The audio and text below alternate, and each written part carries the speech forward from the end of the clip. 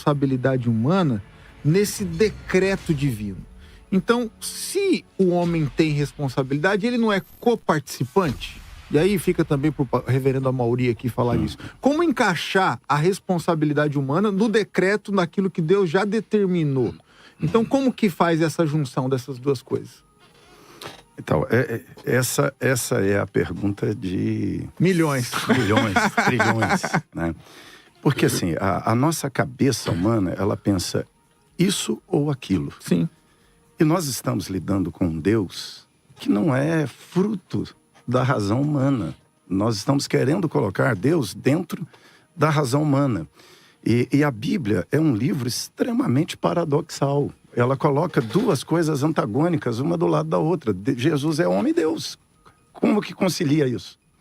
Elas caminham ao lado uma da outra. São verdades iguais, aparentemente contradizentes, mas que caminham juntas.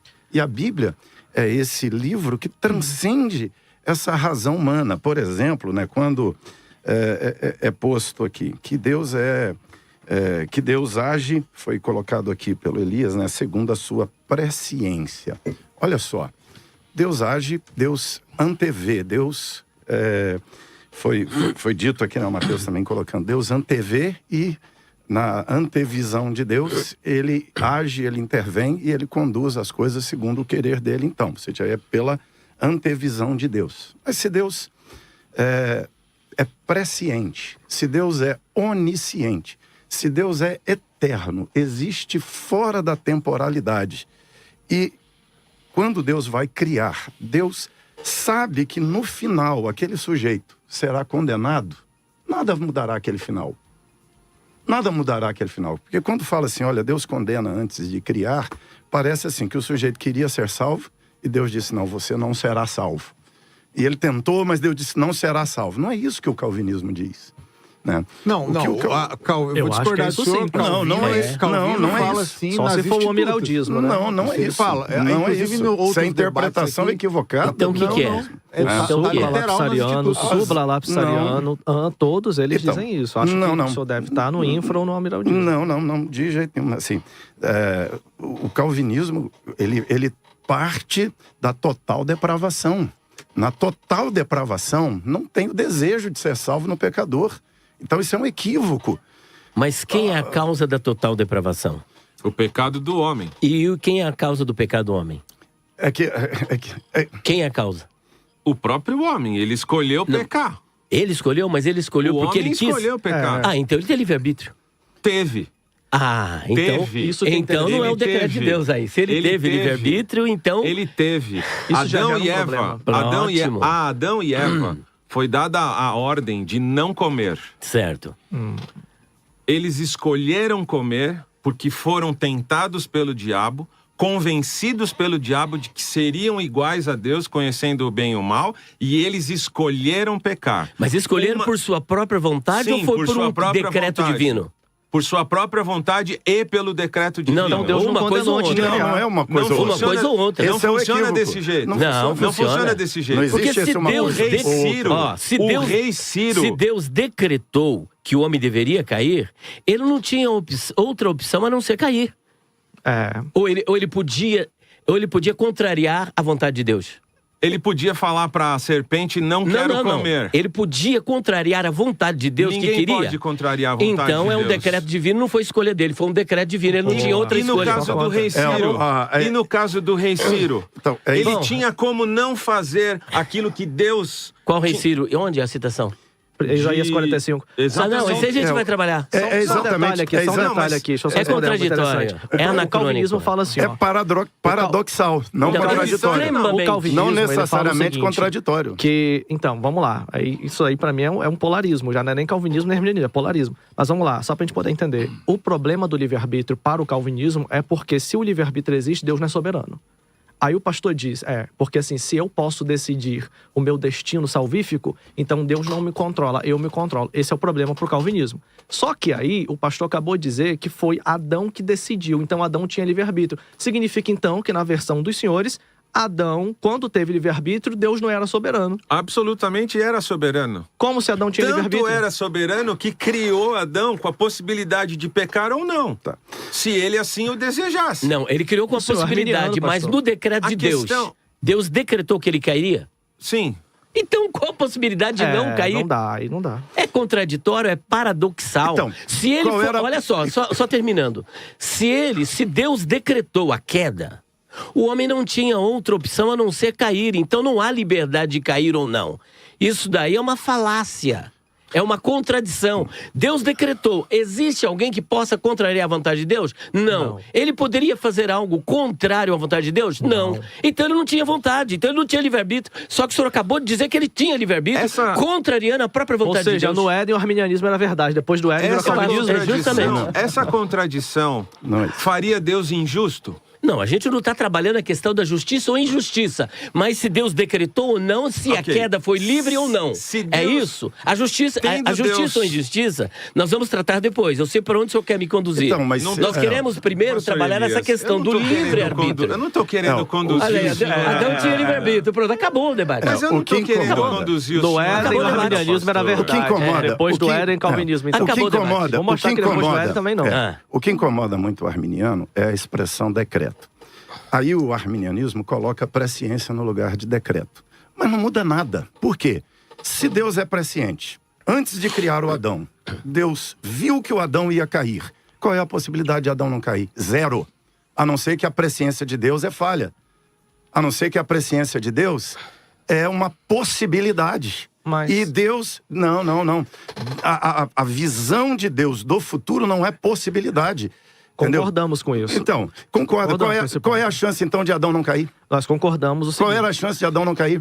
A chance de Uma Adão coisa não é cair? muito Zero. Nenhuma. Zero. Mas aí é uma grande Mas olha só, diferença vamos lá. entre Deus saber que Adão vai Exatamente. cair e Deus decretar que ele vai cair. Não tem um criar- texto dizendo Ao que Deus criar- decretou. Mas como assim? Se Deus, olha só, se Deus vai criar o ser, que ele sabe que vai cair, Aham. esse ser é predestinado à queda. Não, gente. Não, como não?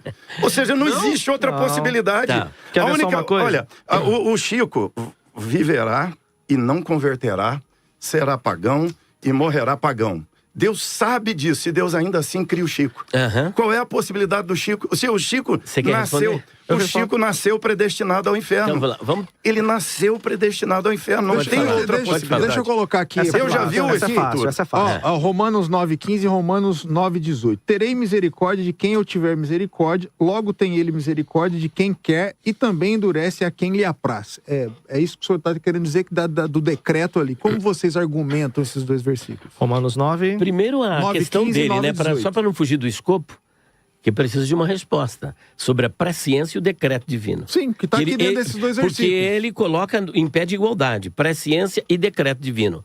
Eu não entendo que presciência e decreto divino estão no mesmo pé de igualdade. A presciência é saber que vai acontecer. E o decreto é que eu quero que aquilo aconteça. É o meu desejo, eu sei e eu decretei. A linguagem calvinista é o seguinte: tudo aquilo que Deus previu é porque ele antes decretou.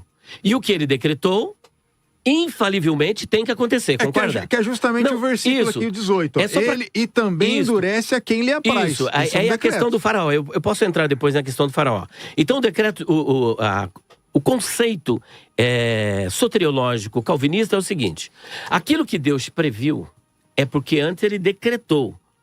E o que ele decretou, infalivelmente tem que acontecer, correto? Não Se ele decretou. Não se dissocia. Não, decreto de é só uma previsão. pergunta. É só uma pergunta. É impossível Ó, aquilo que dissociar essas Deus duas previu, coisas. Deus decretou. E o que ele decretou, infalivelmente, tem que acontecer. Sim ou não? Sim, vai acontecer. Ok, então vamos lá. Vai acontecer. Então vamos lá, vamos dar um Não tem exemplo. como Deus... Pois assim, quando Deus vê um futuro... O senhor está partindo Isso já do aconteceu princípio em Deus. de que Deus pode tudo. E Deus não pode tudo. Tá entendendo? Deus, apesar de ser todo-poderoso, ele não pode tudo. Porque o dia que Deus puder tudo, ele deixa de ser Deus. Ao contrário. Deus O pode dia que- pecar? O dia que ele Deus não... pode pecar? Deus pode pecar? Isso não é uma questão de capacidade. Você está invertendo uma coisa. É capacidade, sim. É poder de pecar. Poder de pecar não faz dele Deus, faria dele Satanás. Eu posso pecar e posso não pecar. Deixa eu terminar. Pergunta certa. Deixa eu só terminar. Deus pode não pecar. Deus pode não pecar. Vencer o pecado. Deus pode deixar. Isso é o que faz dele Deus. Deus pode deixar de ser Deus? Deus pode criar um Deus que seja maior do que ele? Não, isso não tem sentido nenhum, pastor Elias. Pois é, justamente. Isso não tem sentido nenhum de capacidade. Estão dizendo não faz sentido. Isso não tem sentido nenhum de... Mas vamos voltar pro debate aqui. Vamos voltar pro debate. Eu fiz uma questão aqui, corroborando aqui com a fala deles, que eu joguei pra vocês aqui. Qual a diferença aqui do versículo 15 e 18 de Romanos 9 com relação à presciência e decreto? Vamos lá, vamos ficar dentro do tema. Eu respondo, olha só que interessante. Aqui em Romanos capítulo 9, verso 15, tá escrito assim no grego: Tu garmo esse legei, eleso tu eleo. Essa expressão eleso, aqui, ela está no futuro. Futuro ativo indicativo, dizendo assim: eu terei misericórdia de quem eu tiver. Então, está olhando para o futuro e está dizendo que vai ter misericórdia de quem ele quiser. Seria a presciência. Exatamente. E assim, ou seja, o futuro, ele decide, concordo, tá aqui. Só que tem um detalhe. A expressão aprouver, ou seja, eu terei daquele que tiver prazer, está no subjuntivo. E os queridos estudantes de grego, um abraço para os meus alunos, né, entendem o seguinte, que o subjuntivo é um modo da possibilidade. Significa que ele pode ter prazer ou não. Então, essa frase aqui, ela acaba sendo uma declaração da soberania sem cumprimento factual em algum tipo de decreto. Senão, deveria estar no indicativo, senhores. Entendeu? Então, olha só bem, só para poder entender, não sei se os amados entendem um pouco da língua grega, né? Mas o modo subjuntivo é o modo da possibilidade. É como se ele estivesse dizendo assim, ó: terei misericórdia daquele que eu quiser ter. Mas ele já determinou quem ele vai ter e quem ele não vai? Não vai, porque senão estaria no indicativo e não no subjuntivo. E aí, gramaticalmente, vocês podem consultar os professores de vocês, não tem como aqui. Porque isso aqui é um subjuntivo possibilitário e não hortativo. Então, essa é uma exegese falha, porque isso é uma conversa de Deus com Moisés lá atrás. E você já partiu para gramática antes do contexto da fala divina, da conversa de onde parte a citação divina. Né? Então, assim, você faz um bom uso do grego, mas dentro de um campo complicado, né? Para inverter aquilo que de maneira o texto alguma está dizendo. Se eu quiser, eu posso fundamentar no contexto. Deus está lá atrás dizendo para Moisés, falando acerca da história. Eu terei misericórdia de quem me aprouver ter misericórdia. Só cita para isso foi mostrado em Faraó. Eu me compadecerei de quem eu quiser compadecer. Mas o senhor não deixou chegar nessa parte, não, pastor? Deus está nessa conversa com Moisés lá atrás, dizendo que de fato fará isso, sim, na história. E qual é o contexto? Então, aí o contexto aí aqui, do texto aí. 17. O contexto aqui é que determina o uso da palavra. Sim, mas o contexto em que Deus fala com Moisés, em que momento? O que tinha acontecido? É o juízo sobre o Egito e salvação para Israel. Não. A questão é sobre o bezerro de ouro. Olha aí o texto. Então, parece que não sou eu que não sei do contexto. É o seu questão do contexto. Não, está fazendo aí uma falácia. Não. Eu ia chegar lá. É o contrário. Eu ia chegar lá, né? Não tem nada a ver com o faraó aí. Então, mas Deus... Êxodo 33, 19 é o contexto. Deus está falando... Farei toda a minha bondade diante de ti, proclamarei o nome do Senhor, terei misericórdia. Isso daqui é o contexto do bezerro, entendeu? Justamente, e depois ele ilustra mas Deus está falando acerca da sua condução da história.